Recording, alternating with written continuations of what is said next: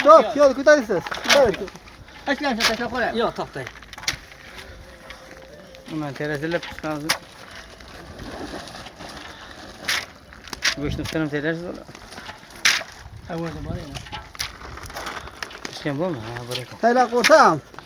Bas. Ol kelib ko'rasizlar. May.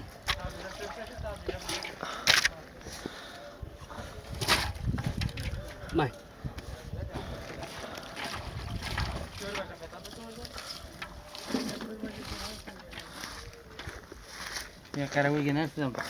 Yo'q. Ha, bu ham bu shekilda. Ol keling go'shtlar ol kelinglar. Taylab Musa. Ham diyor. Tani, ustida chiqib Taylab Musa.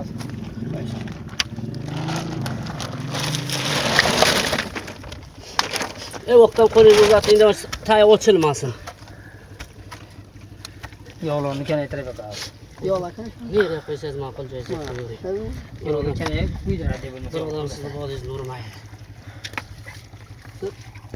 Tarjimaga keladi odam. Hozir uni ham yozma, narxini. Sağ nima? Yo'q usta. Tashlab turgan. Bir dakika. Azizdagi qo'shni. Shuna qo'shni. Yo'q, yo'qlarni qo'yasiz. Yo'q. Mana bu yo'qlarni beklarga qo'ysa, quydiradi bu narsa. Ha, mayli. Abi bilaka? Ha, Mayli. may. O'sha yerda taylang shuni. Go'shtni ko'prog'ini kamaytirib qo'ysangiz, bu qancha tez xalos qiladi.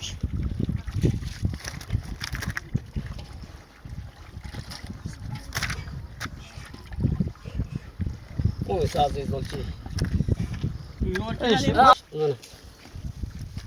Birinchi ham ko'p beradi. Bishibdi go'shingiz, ha? Birinchi ham bir to'rtinchi ko'p biz.